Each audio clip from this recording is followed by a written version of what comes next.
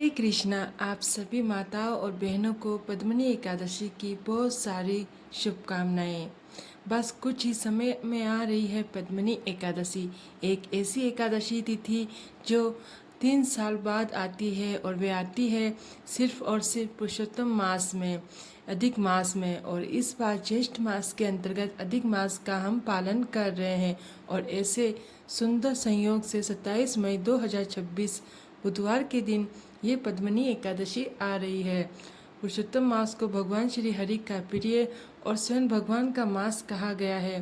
तो जरा सोचिए, भगवान का प्रिय मास और दूसरी है भगवान की प्रिय एकादशी तिथि, तो कितना स्वर्ण संयोग बन रहा है जब अधिक मास के अंदर पद्मिनी एकादशी आ रही है।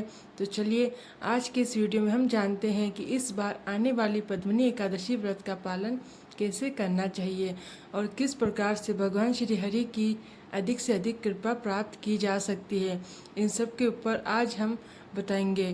तो आइए आज का पद्मिनी एकादशी व्रत विधि वीडियो को आरंभ करते हैं।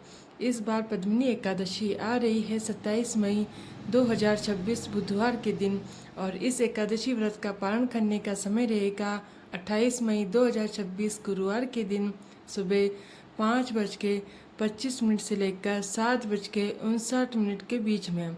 अब उसकी शास्त्रोक्त विधि जानते हैं। इस एकादशी के महात्म का वर्णन करते हुए भगवान श्री कृष्ण कहते हैं, जो भी व्यक्ति इस एकादशी का श्रद्धा और नियम पूर्वक पालन करता वे अपने पूर्व और वर्तमान जन्म के सभी पाप कर्मों से मुक्त हो जाता है। और इस मास में जो भक्त पूर्ण श्रद्धा से संकल्प लेकर एकादशी का व्रत पालन करता उसे अनंत गुना अधिक पुण्य फल की प्राप्ति होती है। एकादशी के दिन पहले यानी दशमी के दिन ही सूर्यास्त से पहले भोजन ले लेना चाहिए। उसके बाद अपने मुंह, हाथ और दांतों को अच्छे से स्वच्छ करके अपने मन तथा इंद्रियों को नियंत्रित करके परम भगवान श्री कृष्ण के ऊपर ध्यान केंद्रित करते हुए स्वयं को एकादशी व्रत पालन के लिए तैयार करना चाहिए। एकादशी के दिन प्रातः ब्रह्म मुहूर्त में उठ जाएं। ब्रह्म मुहूर्त यानी सूर्योदय से कम 1-1.5 घंटा पहले। यह समय आध्यात्मिक साधक के लिए सबसे अच्छा माना जाता है और इसी वजह से अष्टांग हृदय सूत्र 2.1 में कहते हैं, ब्रह्म मुहूर्त उत्तिष्ठ सवत्व रक्षार्थम, यानी स्वस्थ मनुष्य को अपनी आयु की रक्षा के लिए ब्रह्म मुहूर्त में उठना चाहिए। उठने के बाद स्नान इत्यादि से स्वयं को शुद्ध कर लें। अगर संभव है तो आप किसी पवित्र नदी में स्नान करें। अगर ये संभव ना हो तो अपने स्नान के जल में ही गंगा जल मिला लें, उसी जल से स्नान करें। स्नान करने के बाद आपके घर में जो पूजा के स्थान या मंदिर है उससे आसपास के स्थान को स्वच्छ करें। फिर गुरु का स्मरण करते हुए श्री हरि के जयकार करते हुए घंटी बजाकर भगवान को जगाकर सबसे पहले उन्हें कोई भी मीठे पदार्थ का भोग लगाएं। जब तक भगवान भोग स्वीकार करें तब तक आप भगवान की प्रातःकालीन मंगला आरती की संपूर्ण तैयारी कर लें। अब 15 मिनट बाद भगवान के पास से भोग ले लीजिए, फिर मंगला आरती करें, फिर उसका दर्शन करें। मंगला आरती नहीं कर सकते तो आप अपनी जो भी प्रातःकालीन दैनिक पूजा करते हैं वे संपन्न कर लीजिए। उसके बाद भगवान के समक्ष हाथ में गंगाजल लेकर एकादशी व्रत का संकल्प लीजिए और संकल्प लेते हुए भगवान से इसी प्रकार प्रार्थना करें, हे प्रभु, आपकी प्रसन्नता हेतु और आपके शुद्धिकरण हेतु मैं इस एकादशी का पालन करने जा रही हूँ। इस दिन मैं भोजन से वृत रहूँगी और अगले दिन अन्न ग्रहण करूँगी। हे पुंडरीकाक्ष, हे अच्युत, कृपया मुझे अपनी शरण में लीजिए। और इस प्रकार संकल्प लेकर हाथ में रखे हुए उस गंगाजल को अब तुलसी के पौधे में अर्पित कर दें। और अब समय है तुलसी देवी की पूजा आराधना करने का। तुलसी देवी को एक मध्यम उच्च आसन पर स्थापित करिए और उन्हें आवश्यकता अनुसार जल प्रदान करिए। उनके समक्ष घी का दीपक प्रज्वलित करें और उनकी कम से कम 3 बार प्रदक्षिणा करिए। उन्हें प्रणाम करिए और मंत्र का उच्चारण कीजिए। हे वृंद, हे तुलसी देवी, आप भगवान केशव की प्रिय हैं। हे कृष्ण भक्ति प्रदान करने वाली सत्यवती देवी, आपको मेरा बारंबार प्रणाम है। अब समय है उनके समक्ष बैठकर हरे कृष्ण महामंत्र का जप करना। इस महामंत्र की अधिक से अधिक संख्या में माला का जप करना चाहिए। ये एकादशी के दिन करने योग्य सबसे महत्वपूर्ण कार्य है। इसलिए संपूर्ण दिन में या फिर प्रातःकाल में इस महामंत्र की कम से कम 10, 16, 25 या 32 माला का जप अवश्य करें। जप समाप्त करने के बाद एकादशी की कथा सुनिए। कथा सुनते हुए अपने मन में भगवान श्री हरि का स्मरण करें और अपने एकाग्र चित्त होकर एक स्थान पर बैठकर आरंभ से अंत तक ध्यान पूर्वक इस कथा का श्रवण करें। कथा श्रवण करने के बाद अब आप अपने दैनिक कार्य समाप्त कर सकते हैं। दोपहर या दिन के समय में श्रीमद् भागवत और भगवत गीता का पाठ कीजिए। एकादशी के दिन अधिक से अधिक भगवान श्री कृष्ण की लीला, शिक्षा या श्रवण तथा पठन करना चाहिए। श्रीमद् भागवतम में है और शिक्षाएं भगवत गीता में है। इस दिन आप हमारे चैनल पर भी जाकर भागवतम कथा सुन सकते हैं। एकादशी के दिन हम उपवास का पालन करते हैं। ये उपवास 3 प्रकार के होते हैं: निर्जल, सजल और सफल। निर्जल यानी जिसमें एकादशी के संपूर्ण दिन अन्न और जल दोनों को ही त्याग किया जाता है।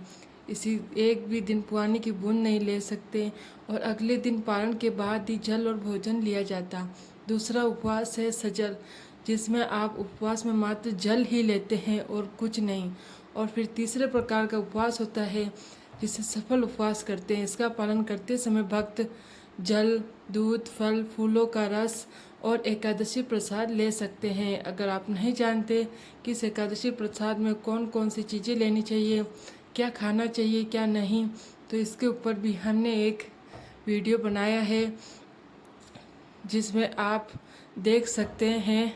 और एकादशी के दिन चाय, कॉफ़ी भूलकर भी ना पिएं। बाहर के कोल्ड ड्रिंक्स, धूम्रपान ये सब कुछ बिल्कुल भी नहीं लेना चाहिए।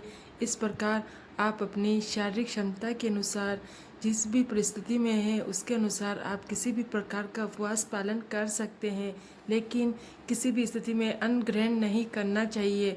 अब संध्या के समय अपने घर में तुलसी देवी की आरती कीजिए। एकादशी के दिन आप जितनी अधिक तुलसी सेवा कर सकते हैं उतनी करनी चाहिए। इस दिन आप प्रातःकाल में तुलसी जल दान भी कर सकते हैं। संध्या के समय उनके समक्ष घी या तेल का दीपक भी जला सकते हैं। धूप और पुष्प अर्पित करें, फिर उनके स्तोत्र या आरती करें।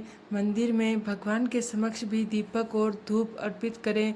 उनके समक्ष बैठकर हरे कृष्ण महामंत्र का जप करें। परिवार के सदस्यों के साथ बैठकर भगवान की कथा सुने। हमारे शास्त्रों में एकादशी व्रत की रात्रि के समय जागरण करने के लिए बताया गया। हरि कथा सुनते हुए, करते और भगवान के पवित्र नामों का जप करते हुए जागरण करना चाहिए।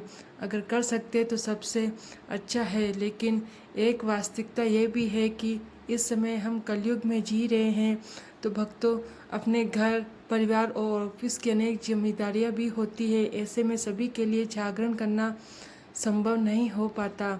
ऐसे में रात्रि में विश्राम भी कर सकते हैं। जागरण करना अनिवार्य नहीं है, लेकिन विश्राम करते समय मोबाइल का उपयोग करते हुए ना करें, अपितु भगवान का स्मरण और चिंतन करते हुए विश्राम करें। और अगले दिन द्वादशी पर ही फिर से प्रातः ब्रह्म मुहूर्त में उठ जाएं। एकादशी व्रत पालन करते हुए 3 दिन यानी कि दसवीं एकादशी और द्वादशी, ये तीनों तिथियों पर संपूर्ण ब्रह्मचर्य का पालन करना चाहिए। अगले दिन द्वादशी पर पूर्ण विधि विधान और नियम अनुसार निर्धारित समय के अंदर ही एकादशी का व्रत का पालन करें। पालन कैसा करना चाहिए, इसके लिए हम वीडियो लेकर आएंगे जिसमें आपको सही प्रश्नों के उत्तर देने वाले हैं। अब देखिए, कई बार लोग पूछते हैं कि अगर किसी के घर में सूतक लगा तो वे क्या एकादशी व्रत कर सकते हैं, तो इसका उत्तर है हाँ, बिल्कुल कर सकते हैं। अगर आपके घर में किसी की मृत्यु हुई है या फिर किसी का जन्म हुआ है तो भी आप एकादशी व्रत रख सकते हैं। बस ध्यान रखना है कि इस व्रत की आप कोई भी पूजा नहीं कर सकते। आप उपवास रख सकते हैं, हरे कृष्ण महामंत्र का अधिक से अधिक जप कर सकते हैं, एकादशी की कथा सुन सकते हैं और भगवत गीता का पाठ भी कर सकते हैं। एक छोटी सी गलती से भी एकादशी का पूरा फल कम हो जाए, ऐसा ना हो, इसलिए एकादशी को करें बिल्कुल सही तरीके से। पूजा विधि और पारण सही समय पर पारण करना चाहिए। आशा है कि आपको ये वीडियो उपयोगी लगी होगी है। इसे लाइक करके और लोगों को शेयर कर दीजिए। अगर आप पहली बार इस चैनल पर आए हैं तो आपके अपने चैनल मंत्रा पूजा को सब्सक्राइब जरूर कर लें। हरे कृष्णा।